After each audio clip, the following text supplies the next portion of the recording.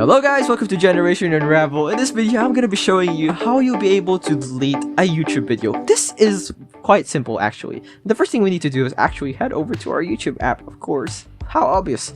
And now, here we are on our YouTube app, and now I'm going to head over to my channel and click on the videos that I have. Actually, this is the wrong one. Actually, you need to head over to your managed videos. Let me scroll back. I'm sorry. Click on manage videos, and then you'll see more options on what you'll be able to do to the videos, as well as some videos that's like hidden or like part of the draft. So these are some videos that I have on my profile, and in order to delete it, just click on the triple buttons and just click on delete, and just delete the video, and that is it. Your video is now deleted from your gallery. How do you call that?